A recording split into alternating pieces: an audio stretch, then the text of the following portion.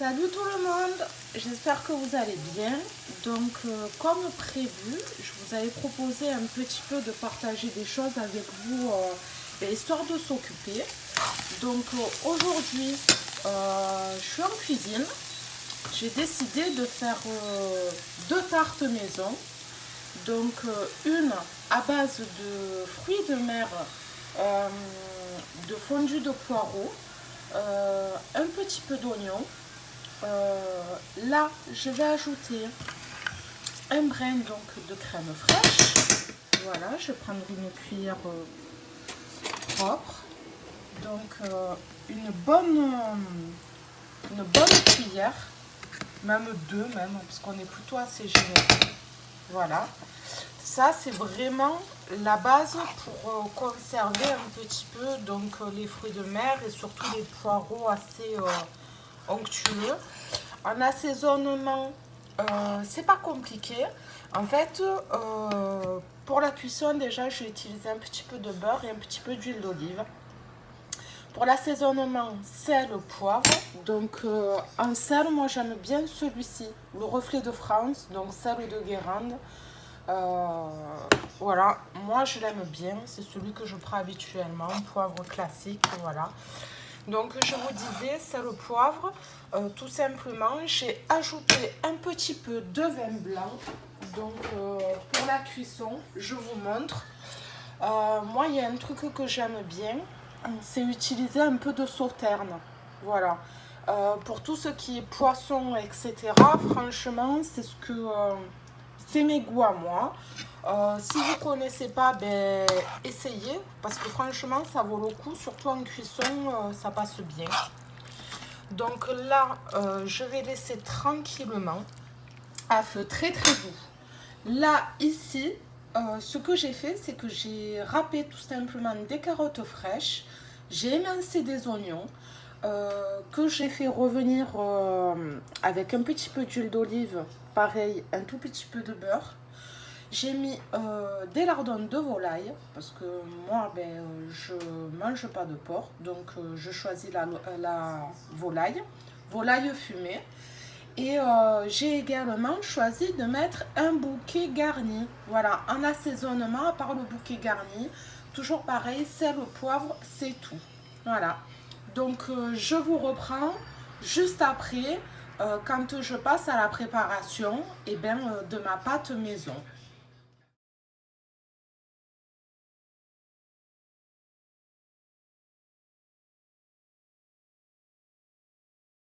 Retour pour préparer les pâtes brisées salées.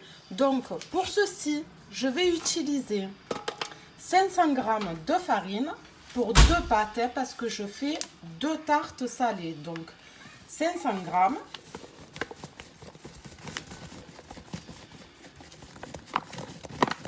Moi, j'utilise de la farine taille 55, mais vous pouvez utiliser ce que vous avez à la maison. Hein. C'est à vous de juger. Hein. Hop. J'en ai un tout petit peu trop. Donc, je vais en enlever. Hop là. Tout simplement. Ouais, pile. Hop là. Je vais avoir besoin de sel. Voilà. Donc, hop.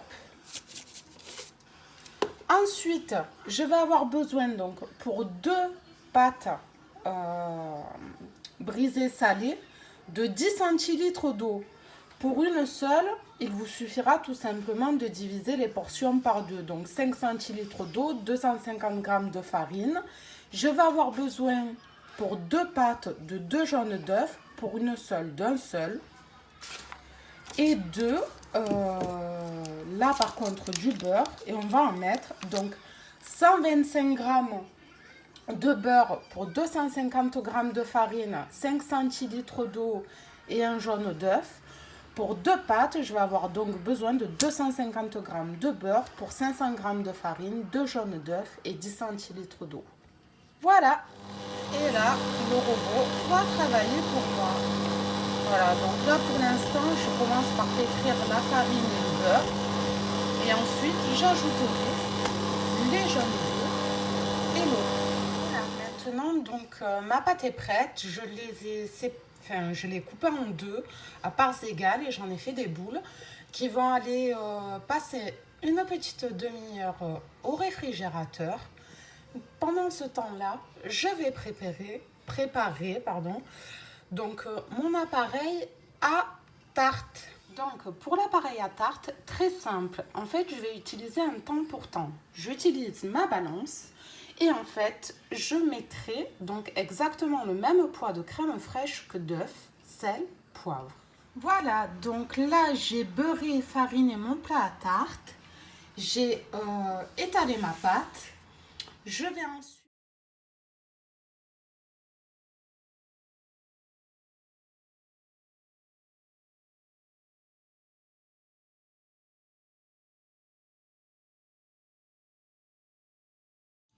Et voilà, les pâtes prêtes. J'ai mis la garniture.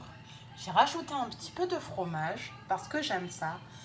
Et j'ai préchauffé donc mon four à 180 degrés. Je vais enfourner mes tartes. Je vous retrouve plus tard, une fois qu'elles sont prêtes. Et voilà, je vous retrouve. Mes tartes sont cuites. Voilà. J'espère que ces posts vous auront plu. J'ai pas trop l'habitude de partager mes recettes cuisine sur Insta, mais je me suis dit qu'en cette période de confinement, ça ferait peut-être plaisir à certaines et puis et certains aussi, hein. Et du coup, ce serait peut-être quelque chose de bon pour le moral. Voilà. N'hésitez pas à me mettre un petit like si vous avez aimé et à me laisser en commentaire un petit mot pour me dire si vous avez envie que je vous poste d'autres de mes recettes. Je vous fais de gros bisous et je vous souhaite une excellente soirée. Bisous, bisous!